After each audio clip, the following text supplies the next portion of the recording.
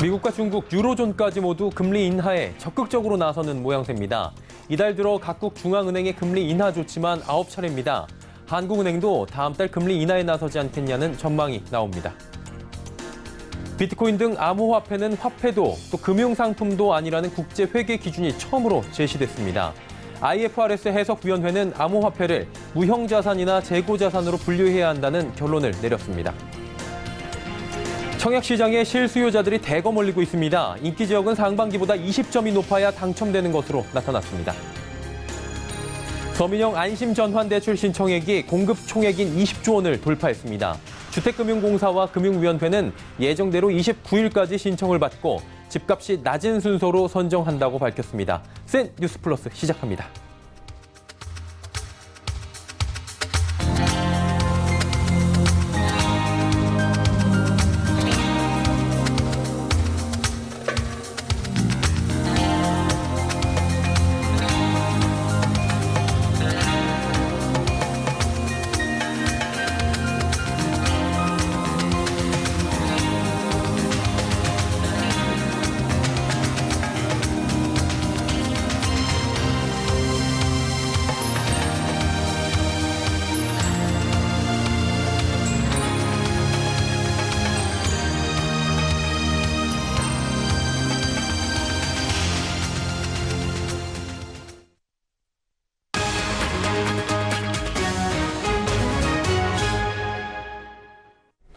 시청자 여러분 안녕하십니까? 센 뉴스 플러스 서정덕입니다.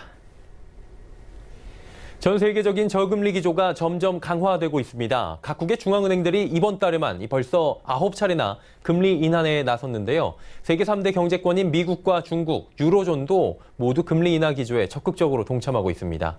이에 한국은행도 오늘 10월 금리 인하 결정에 나설 것이라는 관측이 우세한데요. 이에 이르면 연내, 늦어도 내년 1분기 중엔 0%대 예금 금리 시대가 도래할 것이라는 관측도 나옵니다. 고현정 기자입니다.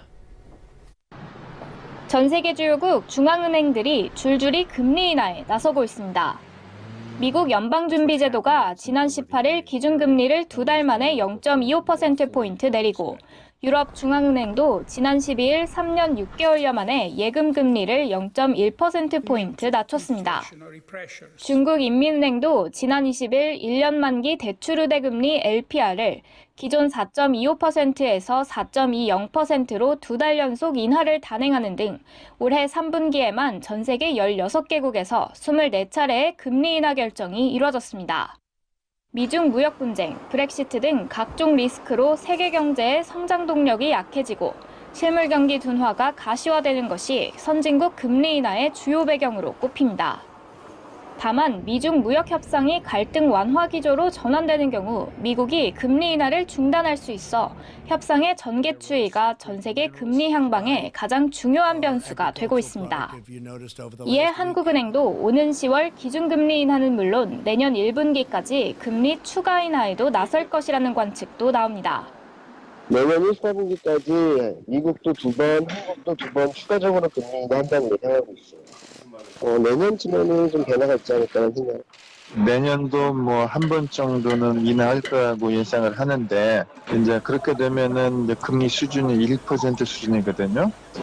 금리가 0%에 진입을 한 다음에 만약에 다시 상승 복원력을 보여주지 못하면은 일본과 같이 0% 금리가 장기화되는 시장의 전망대로 한국은행이 기준금리를 현재 1.50%에서 1.0%까지 인하하게 되면 연 0%대 은행 예금금리 상품이 잇따라 출시될 것으로 보입니다.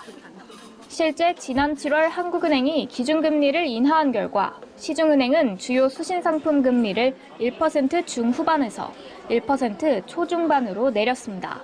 서울경제TV 고현정입니다. 한국회계기준원과 금융감독원에 따르면 국제회계기준 IFRS 해석위원회는 지난 6월 영국 런던에서 열린 회의에서 암호화폐 보유 시 IFRS 기준서를 어떻게 적용할지 논의한 끝에 암호화폐는 금융자산으로 분류할 수 없다는 결론을 내렸습니다. 현금도 아니고 은행의 예금이나 주식, 채권, 보험 등의 금융상품과도 다르다는 겁니다. 대신 IFRS 해석위원회는 암호화폐를 무형자산이나 재고자산으로 분류하기로 결론을 내렸습니다. 이번 결정으로 국내에서는 암호화폐 제도권 진입이 한층 더 어려워졌고 기업의 암호화폐 회계 처리나 정부와 과세 문제에도 의미 있는 기준이 마련됐습니다. 청약시장에 실수요자들이 대거 몰리며 상반기보다 무려 20점이나 높아야 인기지역 청약에 당첨되는 것으로 나타났습니다. 이 같은 현상은 서울뿐만 아니라 경기, 인천 등 수도권에서도 나타나고 있습니다. 정창신 기자가 높아진 청약 점수를 알아봤습니다. 이달 인천 송도에서 분양한 송도 더샵 프라임뷰 단지 398가구 모집에 4만 5천 명 넘게 몰렸습니다. 금융결제원 아파트 투유에 따르면 1순위에서 마감된 전용 84A 주택형의 평균 당첨가점은 72.86점. 경기 광명시에서 분양한 철산역 롯데캐슬앤 SK뷰 역시 417가구 모집에 6,900여 명이 몰렸습니다. 전용 84B 주택형의 당첨가점은 평균 68.5점. 인기 지역으로 꼽히는 투기 과열지구의 올 상반기 평균 당첨 가점이 50점인 것과 비교하면 20점 넘게 오른 겁니다. 전문가들은 주택도시 보증공사의 규제로 분양가가 시세보다 낮아 수요자들이 몰린 것으로 분석하고 있습니다. 분양보증 심사로 신규 분양 가격이 시세에 비해 낮다 보니 수요자들의 관심이 청약시장으로 좀 쏠리고 있는 것으로 보여지고요. 이에 따라 가점도 높아지고 있는 상황입니다. 일부에선 분양가 상한제가 도입되면 공급이 줄어들 거란 관측도 내놓고 있습니다. 공급이 줄기 전에 분양 청약을 하려는 수요가 몰려 당첨 가점이 올라갔다는 분석인 겁니다. 하지만 분양가 상한제가 적용되지 않는 지역에서 분양한 단지도 당첨 가점이 올라 당첨 청약 가점과 분양가 상한제와의 상관관계는 그리 높아 보이지는 않습니다. 실제 전용 84주택형의 경우 대전신흥 SK뷰 평균 당첨 가점은 66.77점, 고양덕은 대박 노블랜드는 61.59점 등을 기록하고 있습니다. 상반기와 비교해 10점 넘게 오른 겁니다. 결국 분양가 상한제를 앞둔 불안 심리에 분양가격, 입지, 교통 호재 등이 복합적으로 작용해 청약가점을 높인 것으로 분석됩니다. 서울경제TV 정창신입니다. 변동금리 주택담보대출을 장기 고정금리로 바꿔주는 서민형 안심전환대출 신청액이 공급 총액인 20조 원을 돌파했습니다. 지난 16일 접수를 받기 시작한 지 일주일 만입니다. 금융당국은 주말인 지난 22일 오전 9시 신청 금액이 20조 5천억 원을 기록했다며 신청된 10건 중 9건은 금리가 0.1%포인트 낮은 온라인 접수를 통해 이뤄졌다고 밝혔습니다. 공급 한도 금액을 넘어서긴 했는데 선착순이 아니라 집값이 낮은 순서로 선정하는 방식이기 때문에 신청 접수는 예정대로 오는 29일 자정까지 계속됩니다. 안심 전환대출 신청은 주택금융공사 홈페이지와 스마트 주택금융 앱, 또 14개 은행 창구에서 할 수 있습니다.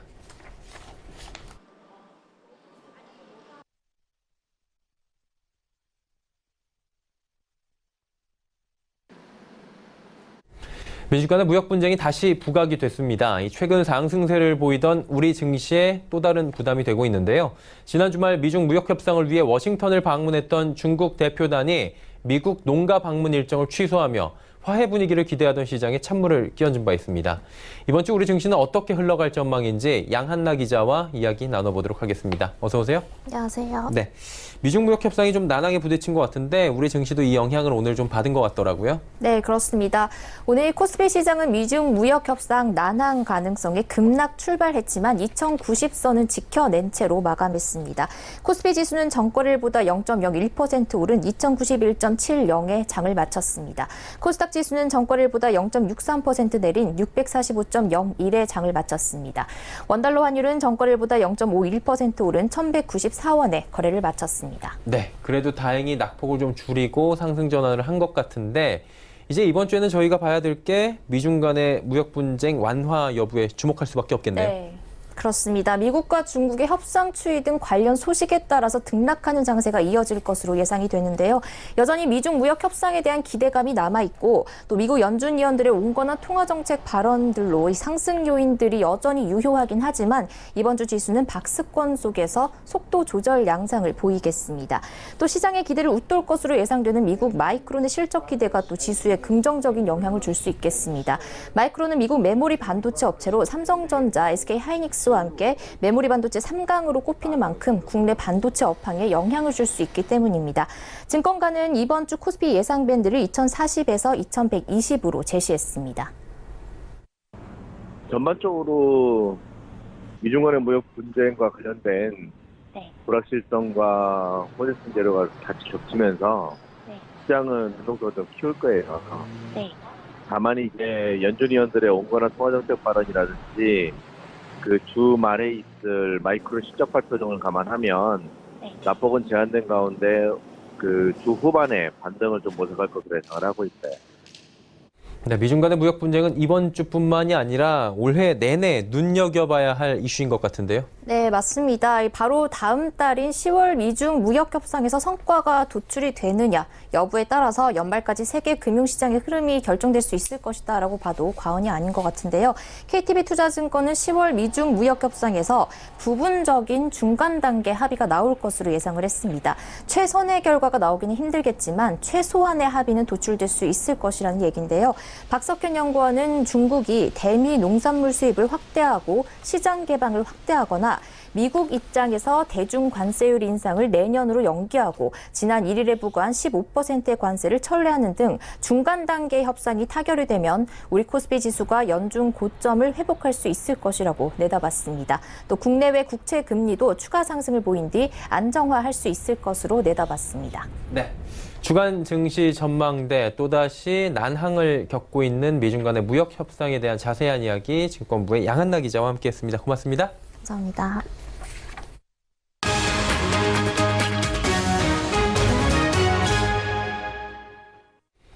최근 주택도시보증공사가 집주인 대신 전세 세입자에게 돌려준 보증금이 2년 반 사이 약 50배나 급증한 것으로 나타났습니다. 반환 사고를 막으려면 보험을 의무적으로 가입하게 하고 임대인에 관한 정보도 더 투명하게 공개해야 한다는 지적입니다. 유민호 기자가 전해드립니다. 집주인이 전세금을 돌려주지 않아 허그가 올해 약 1,700억 원에 이르는 전세금을 대신 지급한 것으로 나타났습니다. 국회 국토교통위원회 소속 정동영 의원이 허그로부터 받은 자료에 따르면 올해 7월까지 발생한 전세금 보증 사고액은 1,681억 원으로 집계됐습니다.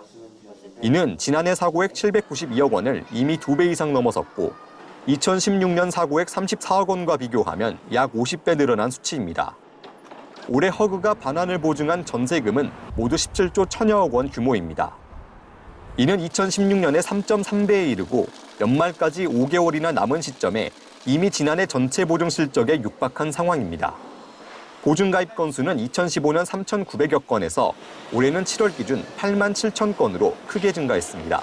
최근 역전세난 등에 따라 세입자들이 전세 기간 종료 후 전세 보증금을 반환받기 어려울 수 있다는 우려와 세입자들에게 임대인 사정과 상관없이 바로 이사할 수 있다는 점을 적극적으로 홍보한 결과입니다. 정부는 전세 보증금을 돌려받지 못하는 세입자를 보호하기 위해 2013년 반환보증제도를 도입했습니다. 세입자가 허그에 전세 금액의 일정액을 보험료로 내고 집주인의 파산 등으로 돌려받지 못할 경우 허그가 대신 반환해주는 제도입니다. 정동영 의원은 급증하는 전세금 반환보증 사고를 예방하려면 보증보험 가입을 의무화하되 임대인에 대한 정보가 더 많이 공개돼야 한다고 밝혔습니다. 아울러 수백 채의 집을 갖고 보증사고를 내는 불량 임대업자와 주택에 대해 허술한 심사로 보증해주는 허그의 책임도 크다고 덧붙였습니다. 서울경제TV 유민호입니다. 대한상의와 중소벤처기업부가 복지 사각지대 해소를 위해 손을 걷어붙였습니다. 상대적으로 복지가 열악한 중소기업 노동자들에게 저렴한 가격의 복지 상품을 제공하는 플랫폼을 구축한 건데요. 개설 첫날에만 1,000개의 기업이 신청하는 등 큰 호응을 얻고 있다고 합니다. 정세미 기자입니다. 대한상공회의소와 중소벤처기업부가 공동으로 선보인 중소기업 복지 플랫폼. 건강검진과 자기개발 등의 복지 상품을 시장 최저가보다 낮게 제공하는 사이트로 중소기업 노동자들은 이곳에서 약 80만 개 복지 상품의 구매가 가능합니다. 지난 16일 공식 개설된 이 플랫폼은 오픈 당일에만 1,000개 기업의 신청이 이어지며 올해 가입 유치의 목표치를 넘겼습니다. 이후 약 일주일이 지난 오늘까지 2,500개 기업이 가입 신청을 마친 것으로 알려졌습니다. 이 같은 호응은 대기업에 비해 복지가 열악했던 중소기업을 대상으로 대한상의와 정부 부처가 공동의 대책을 내놓은 데 따른 것으로 보입니다. 저희가 원래 중소기업 복지 플랫폼을 개설하고 올해 목표치가 1,000개 단 하루 만에 초과 달성을 했습니다. 지역이나 규모와 업종 불문하고 다양한 기업이 신청한 현상이고요. 대기업 복지 수준의 40%에 불과한 중소기업 복지 수준이 기업 복지 정책이 마련되자마자 이런 중소기업에서 반응을 보였다고 생각합니다. 한편 공급업체들의 입점 요청도 이어지며 해당 서비스는 빠르게 정착될 전망입니다. 이에 대한상의는 지역상공회의소와의 온라인 홍보와 지역설명회를 병행하고 우수 복지 서비스 업체 발굴에 나선다는 계획입니다. 이용 확산을 위해서 지역에 있는 73개 상공회의소와 적극 협력해 나갈 방침입니다. 아울러서 직원에 대한 복지비 마련에 애를 먹고 있는 중소기업을 위해서는 고용부와 중소벤처기업부와 함께 공동근로복지기금을 지원하는 설명회도 같이 병행할 예정으로 있습니다. 서울경제TV 정샘입니다. 일본 수출 규제 이후 소재와 부품, 장비, 이른바 소부장 국산화가 화두입니다. 그러나 투자가 활성화되지 않는다면 성과를 내기가 쉽지 않을 텐데요. 이에 소재, 부품, 장비 업종 등 국내 기업에 투자하는 주식형 펀드, 이른바 애국펀드로 불리는 필승코리아 펀드에 힘이 실리고 있습니다. 김기문 중소기업중앙회 회장도 이 펀드에 직접 가입하며 분위기 확산에 나섰다고 합니다. 김혜영 기자입니다. 필승코리아 펀드 열풍이 불고 있습니다. 이는 일본의 무역 규제 사태가 발생한 이후 소재, 부품, 장비 업종 등의 국내 기업에 투자하는 주식형 펀드입니다. 일본의 수출 규제를 이겨내겠다는 의지를 담은 이른바 애국펀드에 중소기업의 관심과 참여를 고취시키기 위해 김기문 중기중앙회 회장도 가입에 나섰습니다. 소재, 부품, 장비 산업의 자립화와 중소기업 경쟁력 강화에 힘을 보태겠다는 겁니다. 필승코리아 펀드가 우리 부품 소재 장비 중소기업들한테 상당한 기여를 할 걸로 기대를 걸고 저도 좀 힘을 보태려고 가입하게 됐습니다. 필승코리아 펀드가 어떤 역할을 해준다면 좀 더 빠른 시간 내에 대체 아이템들이 나오지 않을까 이렇게 생각이 듭니다. 김기문 회장은 튼튼한 경제 강국이 되려면 소부장 공급 안정화가 매우 중요하고 그 중심에는 중소기업이 있다며 필승코리아 펀드 가입에 많은 이들의 참여를 당부했습니다. 또한 중기중앙회는 1층 로비에 소부장 상생형 스마트 공장 지원 기업 1호인 SBB테크의 로봇 커피 머신 시연 행사를 여는 등 소재 부품 국산화 기업 알리기에 나섰습니다. 한편 지난달 14일 출시한 이 펀드의 운용 규모는 현재 640억 원을 넘어서며 인기를 끌고 있습니다. 서울경제TV 김혜영입니다.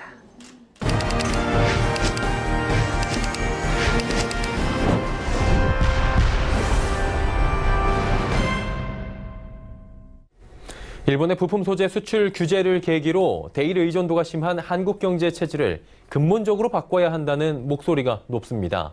한국 경제는 그동안 대기업 주도의 수출 입국에 힘입어 경제 강국으로 도약했지만 일본 부품 소재 수입에 의존하는 한계를 드러내며 수백조 원의 대일 무역 적자를 보는 가마우지 경제를 면치 못한 것이 사실입니다. 이에 서울경제TV는 일본의 수출 규제 국면을 한국 경제 기술 자립과 또 제조업 르네상스로 만들기 위한 전략과 방안을 고민하고 또 이에 발맞춰 뛰는 기업과 금융회사를 소개하는 연중 기획 시리즈를 진행합니다. 유민호 기자입니다. 반도체 핵심 부품으로 꼽히는 웨이퍼. 그림을 그릴 때 도화지가 필요한 것처럼 반도체 미세 회로를 새겨 넣는 얇고 동그란 판입니다. 일본 기업들이 전 세계 시장의 50%를 장악하고 있어 언제든 수출 규제로 타격받을 수 있는 제품입니다. 충남 천안에서 웨이퍼를 생산하는 J3는 탄탄한 기술력과 투자로 국내를 넘어 일본과 대만 등 수출에도 성공했습니다. 중소기업은 또 뭐 대기업과 같이 뭐 마케팅이라든지 영업력이 그렇게 활발하지 못하니 그런 부분을 좀 매끄럽게 연결을 할 수 있도록 국산화되어진 제품을 대기업이 사용할 수 있는 분위기까지 만들고 연결할 수 있도록 뭐 협의체를 구성한다든지 해서 J3는 꾸준한 기술 개발을 통해 기술 자립의 희망을 보여주는 기업입니다. 군국주의 부활을 꿈꾸는 일본의 아베 총리가 한국을 화이트리스트에서 배제하는 조치를 취한 뒤 소재 부품 기술 자립 목소리가 높아지고 있습니다. 정부는 일본의 경제 보복에 맞서 2022년까지 5조 원을 투입해 소재, 부품 장비 탈일본을 선언한 상황. 하지만 가야 할 길은 멀기만 합니다. 현재 소재 부품 장비의 국산화 정도를 뜻하는 자체 조달률은 60%대 중반에 머물러 있습니다. 특히 반도체 디스플레이 등 핵심 분야는 50%에도 못 미칩니다. 지난해 대일 전체 무역 적자 241억 달러 중 소재 부품 장비 적자는 224억 달러로 약 93%를 차지했습니다. 대일 수리 적자가 사실상 전부 소재 부품 적자인 셈입니다. 시간이 걸리고 불확실성이 높은 기술 개발 대신 일본 등 손쉬운 해외 공급망에 의존해온 결과입니다. 전문가들은 대기업과 중소기업 간 상생을 강조합니다. 이번 국면으로 한국 경제의 약한 고리가 드러난 만큼 정부와 기업, 연구기관 등 모든 경제 주체가 나서 이를 이겨내자는 겁니다. 한일 갈등이 오히려 우리 중소기업에는 절호의 기회가 왔다.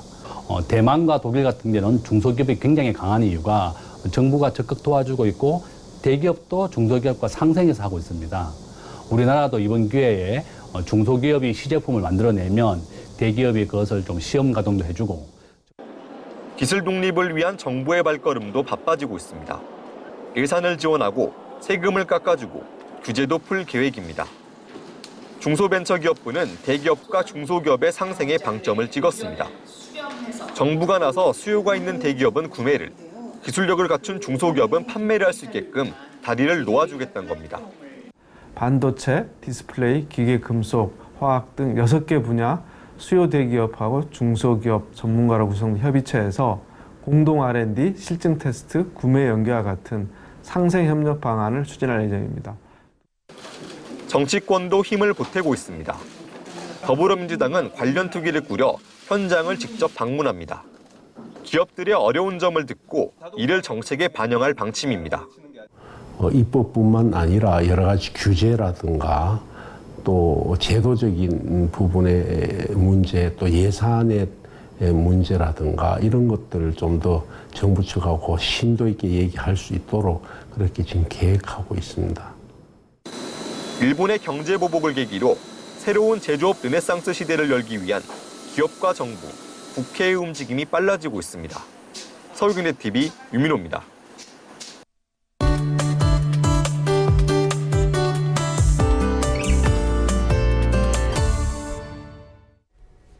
인류는 최초 문명이 시작된 4대 문명 중심으로 해서 도시를 중심으로 살아왔다고 합니다.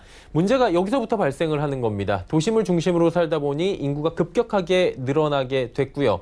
상하수도 시설조차 제대로 갖춰주지 않은 곳에서는 위생 문제가 발생을 했다고 합니다.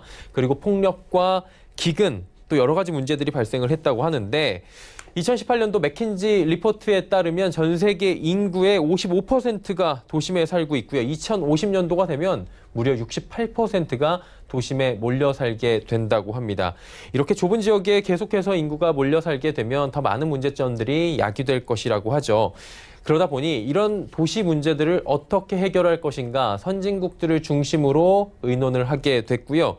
멋진 도시라는 이름을 가진 스마트 시티에 대한 이야기가 나왔다고 합니다. 오늘은 이 이야기 자세히 나눠보도록 하겠습니다. K웨더의 반기성 센터장과 함께합니다. 어서 오세요. 네, 안녕하세요. 예.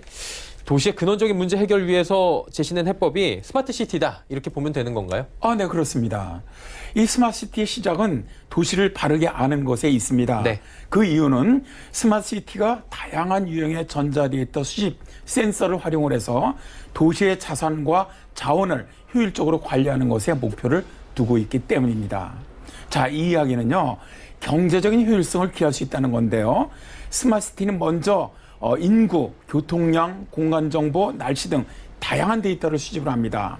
그중에서 정말 사람들이 살기에 좋은 스마트한 도시가 되기 위해서는 생활환경 개선이 가장 중요하거든요. 이를 해결하기 위해 가장 밑바탕이 되는 데이터가 바로 날씨 그리고 공기 데이터입니다. 생각해보면 아무리 산업이 발달이 돼 있고 뭐 여러 가지가 인프라가 좋다고 해도 공기질이 뭐 굉장히 최악이고 또 수질 오염으로 먹을 물 없다면 이건 쓸모 있는 도시가 아닐 것 같아요. 네, 그렇습니다. 그래서 세계적으로 스마트시티에 성공한 도시들의 특징은 다 물 관리와 공기 관리를 잘한 도시죠.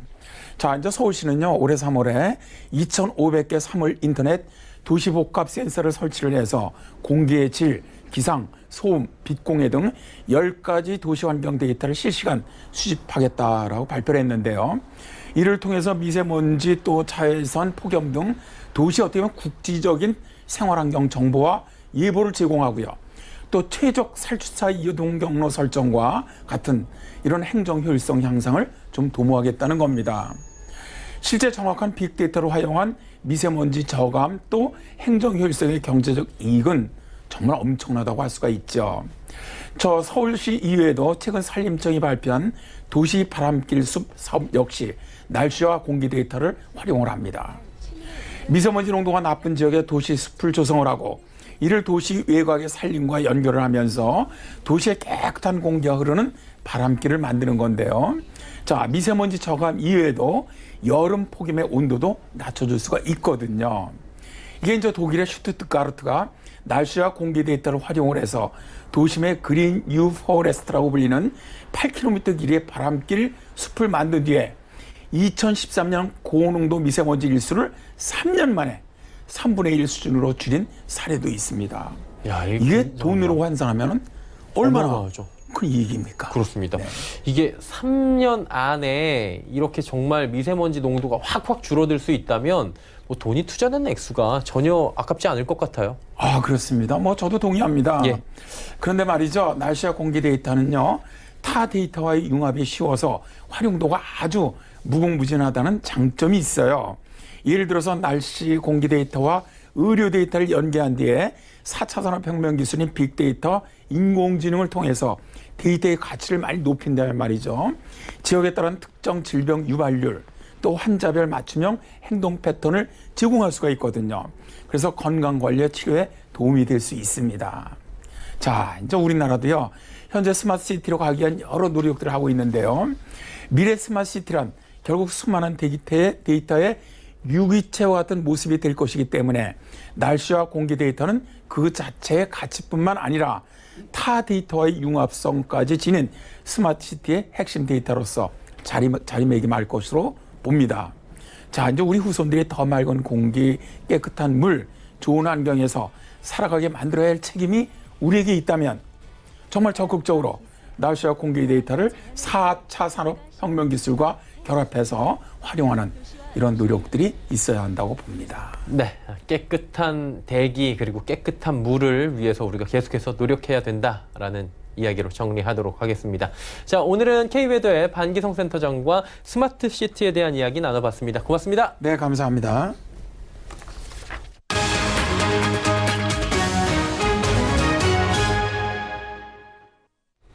주말에 이어 오늘까지 연세대 류석춘 교수의 위안부 매춘 발언에 대한 비난이 뜨거운 상황입니다. 이에 류 교수는 사죄 대신 해명과 유감을 표하며 명예훼손 문제까지 고려하고 있다라고 밝혔습니다.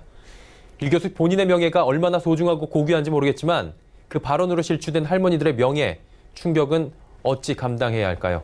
뉴스 마칩니다. 고맙습니다.